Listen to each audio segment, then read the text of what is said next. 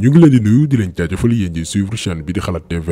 ñu leen di dalalaat ci seen jàngatu bés bi te nag dañuy wax ci ñaari cas yoo xamante ni amuñu woon possibilité revenir ci te mu xewoon fan yi weesu muy kaawu journaliste chroniqueur bii di Pape Ndiaye bu Walf ak activiste bii di Ousmane Tounkara. bu ñu jëlee kaawu Pape Ndiaye lépp mi ngi tàmbali ci benn plainte bu ko ndaw suñuy wooyee Ndeye Awa Ndir porté plainte ñu dippee ko wàllum escroquerie maanaam juuj njaaj depuis lors bu ngeen seetloo dañ ci teey ndax bu fekkee ne ñaari sénégalais ñoo jote am na sax keneen ku ñëwaat porté plainte même Pape Ndiaye bi muy Mouhamadou Lamine Mbengue donc bu dee ay sénégalais ñoo jote seen biir pour mbirum xaalis waxuñ politique waxuñ leneen li yoon mooy ñu bañ a wutal lay kenn. dinañ revenir ci cas bi nu mu demee ak li xew ci diggante bi maanaam gannaaw ba ñu tegee loxo Pape Ndiaye ndax entre temps am na lu ci soppeeku ñun en tout cas bu fekkoon ni toppee nañ Pape Ndiaye dong lañ koy tuumaal maanaam moom ak ñi wax ni daf leen yoreel xaalis dañ ciy màndu ba yoon def liggéeyam comme que dem nañ fa xam ne doone benn. buñ ci nekkee rek di wut ku ñuy faral dañuy xaw a jàdd yoon bu dee ni sénégalais kese ñoo ñu ñor mais problème bi mooy ci diggante bi procureur dafa dugal ci dossier yu Pape Ndiaye ay tuuma yoo xamante ni amul jotewul ak dara liñ ko doon toppee au début ngir gën koo suuxlu loolu lépp lañ bëgg a leeral parce que lundi bii lañ ko war a àtte te bu ñu leeralul sénégalais yi dinañ ko sànq ci lu bokkut ak lañ ko porté woon plainte. beneen cas bi muy kaaw Ousmane Tounkara ñun ñëpp ñoo yëgandoo ni gannaaw ba mu jàkkaarloo ak juge bi fële ci États-Unis àttekat bi ci boppam moo ne du ma ko delloo Sénégal ndax dem nañ ba xam ne nguuru Sénégal dañ doon tappale di sos li xew ci dossier dafa garaaw ndax li ñuy woowee état du Sénégal institution bi nga xamante ni non seulement dafa war a protéger sénégalais yi rawatina ñu nekk bitim réew mais aussi sàmm image am ba kenn du yàpp sénégalais institution boobu noonu ñi koy incarné tey ñoo doyadiloo Sénégal ci bëtu àdduna gépp ndax lan dañoo amoon benn règlement de compte buñ bëggoon régler ak benn jëmm bëgg ko nag régler ci wax lu dul dëgg. cas boobu aussi daañu ci ñëw ci naka la nguuru Sénégal wàccee boppam ba yegg ci ay sos ba ñu jox ko toroxalam ci ay digg nawleem. dañ koy dooree ak kaawu Pape Ndiaye Pape Ndiaye ku ko xam yaa ngi ko ràññee en tant que journaliste waaye itam chroniqueur ci lépp lu jëm ci wàllum yoon muy animé benn émission bu ñu naan Balance Walf TV di traité ay dossiers judiciaires chaque semaine. ci liggéey boobu yàlla boole ko ak benn femme bu ñu naan Ndeye Awa Ndir ak ku ñu wooyee Mouhamadou Lamine Mbengue ñoo xam ni seeni njegeñaale dañoo am problème ak wàllum yoon d'après ñoom li ñu nettali ñu jébbal Pape Ndiaye xaalis parce que daf leen waxoon ni mën na leen jàppale ba seen njegeñaale yooyu ñu téye kaso yoon mën leen teggi loxo. ndaw suñuy wooye Ndeye Awa Ndir moo njëkk a porté plainte gannaaw ba ñu dégluwee Pape Ndiaye ba noppi moom weddiwul ni yoreel na ndaw si xaalis mais nee na enquêteurs yi xaalis boobu ça n'a rien à voir maanaam jotewul ak dara libéré jegeñaale ndaw si nga xamante ni dañ ko teg loxo. ndaw si sax muy Ndeye Awa Ndir génne na discussion yi mu amaloon ak Pape Ndiaye ci mbir mi ba UC daal di koy constaté ak lépp mais Pape Ndiaye nee na waxtaan yooyu noonu jotewul ak dara li ndaw si plainte mais teewul ñu placé ko moom Pape Ndiaye en garde à vue diggante bi am na beneen waay bu naan Mouhamadou Lamine Mbengue bu porté waat plainte Pape Ndiaye pour même jëf yi donc bu ñu sukkandikoo ci mbir yi rek mën nañ ni ay sénégalais ñoo jote li ci des moo ñu lijjanti ko fa mbaxana doonee benn mu daal di jeex. ñun en tout cas bu fekkee ni lii dong la duñ ci jël position ndax Pape Ndiaye Ndeye Awa Ndir ak Mouhamadou Lamine Mbengue ñoom ñëpp ay sénégalais lañ ñoom ñëpp la ñu boole yamale waruñ ci am xaaj ak seen mais problème bi mooy diggante bi dossier wu Pape Ndiaye dafa rax li ñuul ci soow bi lañ leen bëgg a leeral. bi direction Walfadjri particulièrement Cheikh Niass yëgee ni seen employé am na problème ak yoon en tant que kilifaam ci wàllum liggéey dañoo tenté woon médiation maanaam jubóole. parce que ci wàllum yoon bu ay doomi aadama jotee balaa ñuy yegg fa mbaxana doonee benn muy tribunal ñi ko sekk mën nañ waxtaan seen biir ba trouver solution loolu liñ ci jublu mooy wàññi tëj yu bari yi. la preuve tey boo porté woon plainte benn waay police parce que daf la yoreel xaalis balaa ñu koy nëbb jant bi dañ koy laaj mu ne date bii dinaa ko fay takk der yi noté bu date boobu jotee fayul ñu door a xool ni ñuy def ak moom. médiation boobu nag la Cheikh Niass bëggoon def parce que Cheikh Niass avocat la xam ne ni yoon di fonctionner. ba ndaw siñ naan Ndeye Awa Ndir daal di d'accord ci médiation boobu noonu mais procureur de la république moo ne du ci dal waa ji àla kulihaal moom dañ koy defeere lii mooy point bu njëkk point bi jëlee dossier Pape Ndiaye ci wàllum privé maanaam ay sénégalais jote seen biir ñu daal di koy yóbbu ci bureau règlement de compte parce qu'il faut reconnaître que ni gars yi dañ ko xiifoon par rapport ak yenn position yi ñu daan jël moom Pape Ndiaye parce que demoon na ba naan Bassirou Gueye bokk na ci li yàq justice Sénégal. gis nga justice sénégalaise tey bu yàqoo le duo Serigne Bassirou Gueye Samba Sall ñoo yàq justice Sénégal. Ça, je le dis en toute responsabilité. C'est-à-dire que le doyen des juges, c'est un juge indépendant. Nekkul ni lu procureur sàkku ci moom daf ko war a def. boo demee tribunal xam nga dañuy yenn juge d'instruction dañ leen di wooyee substitut procureur. koo wax mu ne non doyen des juges moom mooy premier substitut procureur lu ko procureur demandé da koy def.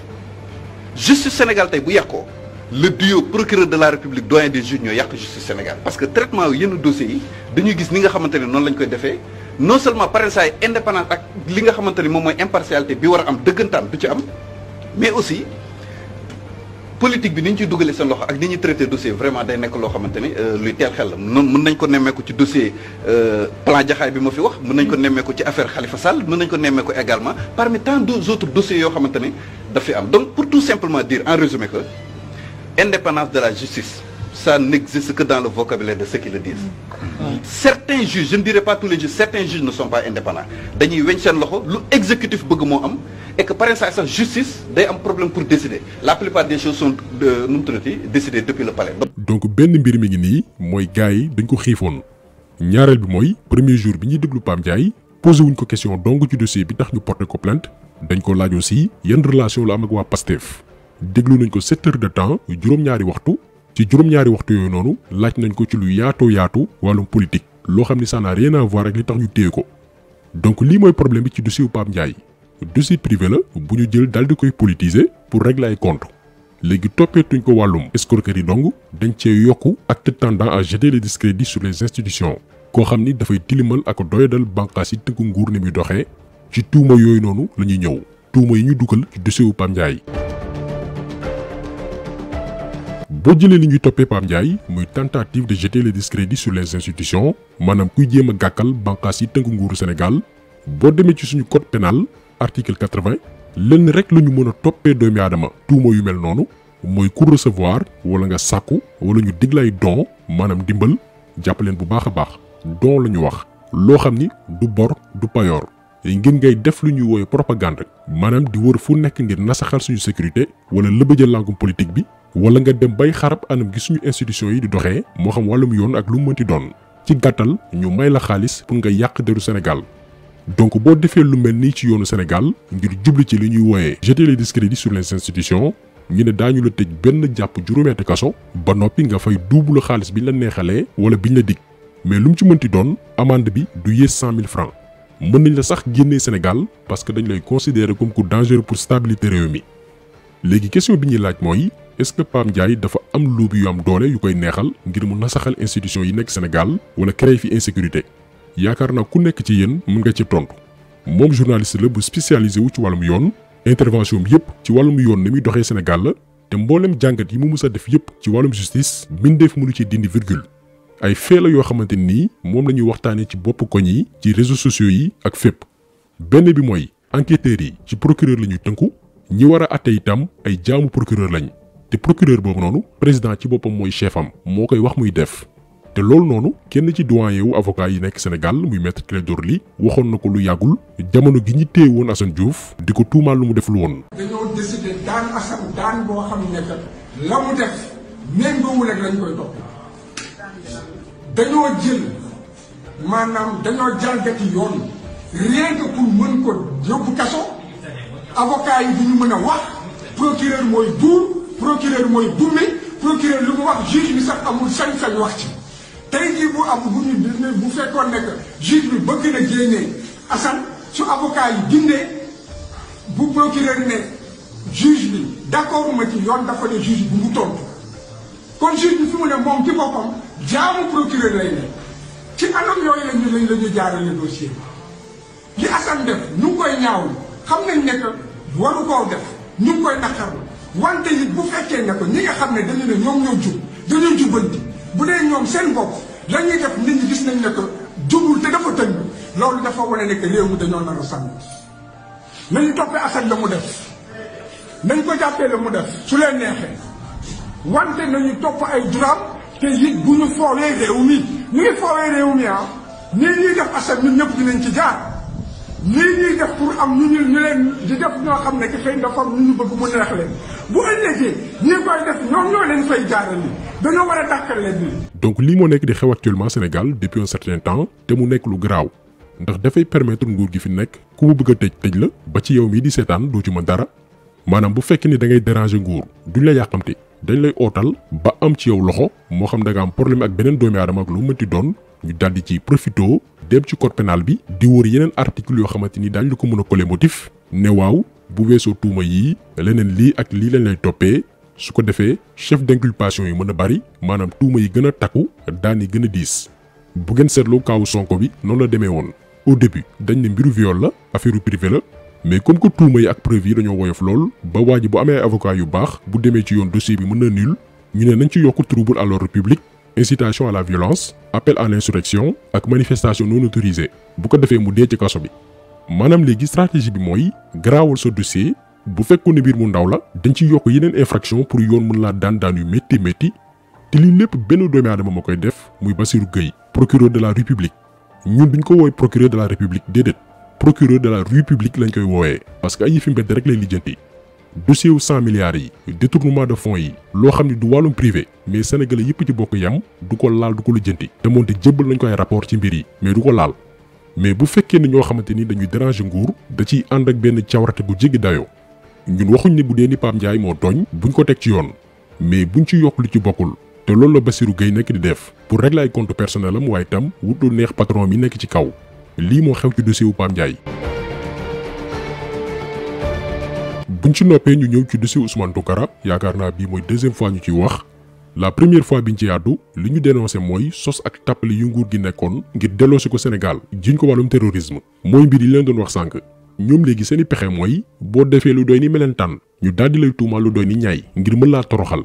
defoon nañ ko ak Assane Diouf mu jàll mais bii yoon sénégalais yi ñoo jël seeni responsabilité naka la sénégalais yi def dañoo envoyé lettre yu baree bari ngir xamal waa États-Unis que ni waa ji du terroriste daal di koy envoyé avocat am loolu pesé ci dossier bi bu baax a baax gars yi daal di gis ni population sénégalaise bi li ñu wax dëppoowul ak ni nguuru Sénégal jibal rax ci dolli foofee ci États-Unis doomi réew mi def mobilisation bu am solo ndax bu dul woon mobilisation boobu noonu premier jour bi ñu waroon déglu Ousmane Tounkara boo moywul ñu delloo si ko Sénégal ndax séjour am mi ngi doon waaj a jeex. mais il fallait que aussi ñu am ay témoignages doyen Adama Gaye journaliste am na lu mu ci joué parce que moom victime nguuru Macky Sall la woon ba tey mi ngi exilé wu en Égypte ñëwatul Sénégal mais aussi Pape Alé Niang parce que moom gars yi dañ ko wóolu États-Unis pour déglu ko recueillir ay témoignages am en tant que journaliste mais aussi en tant que patron de presse. vidéo Tounkara yi nguuru Sénégal dagg def ci ay modifications parce que bu weesoo vidéo menaces yi mu defoon gars yi ndekete dañoo jëloon yenn ci ay vidéo am dagg fii collé fii dem seeti yeneen article daal di ko ciy dugal ne yeneen menaces terroristes yaa nekk nii boole ko ci dossier am ngir gën koo mën a dugal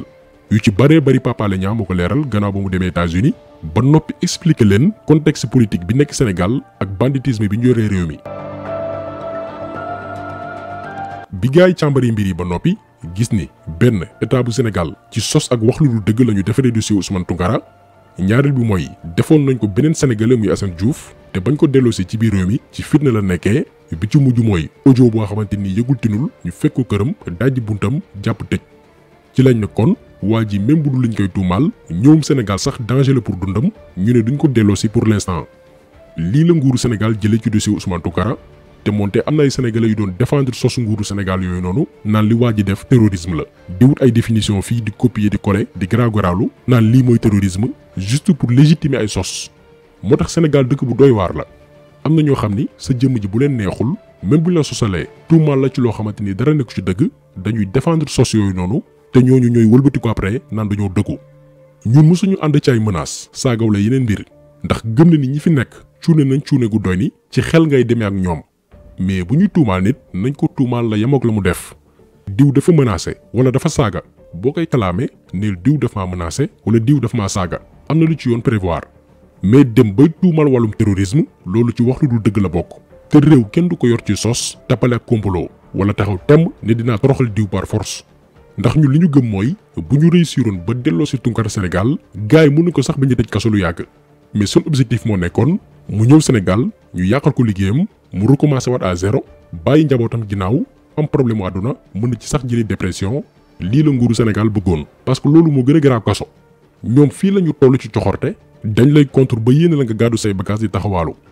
ngeen yaakaar ni temps bi nguuru Sénégal jël créer ay montage copier ay articles de gauche à droite ngir defar dossier Ousmane Tounkara pour mën koo delloo si temps boobu yëpp bu ko nguuru Sénégal jëloon jagleel ko immigré yi nga xamante ni ñu ngi ci conditions yu métti bitim réew taxawu leen est-ce que dundu sénégalais yi dem ci yeneen dëkk di fa daani seen doole du gën a mucc ayib mais dafa mel ni loolu ñor leen ci yu ñàkk solo la ñuy nekk suba ngoon mais nañoo xam ni sénégalais yi léegi kenn mënatu leen nax Sénégal waxuma la Macky Sall mais keneen ku fi toogaat ci dëgg ak jubal nga koy yoree boo ko deful loo teg ñu teggi bu neexee suñu borom kon taxaw seetlu bi tey loolu woon di dellu di leen fàttali manifestation ànd sàmm jikko yi dimanche bii di ñëw le 23 mai 2021 bii ñu nekk à partir de 10h place de la nation ñu gën ko xam ci place de l'Obélisque ngir xeex wàllum ngóor jigéen tëgg fi benn projet de loi boo xamante nii bépp borom ñaari tur dootoo am jàmm Sénégal daañu wéy di ko fàttaliwaat pour kenn bañ ko wutee donc ñi leen di gërëm di leen jaajëfal di leen di daje incha allah beneen yoon ci beneen jàngat jaa ngeen jëf.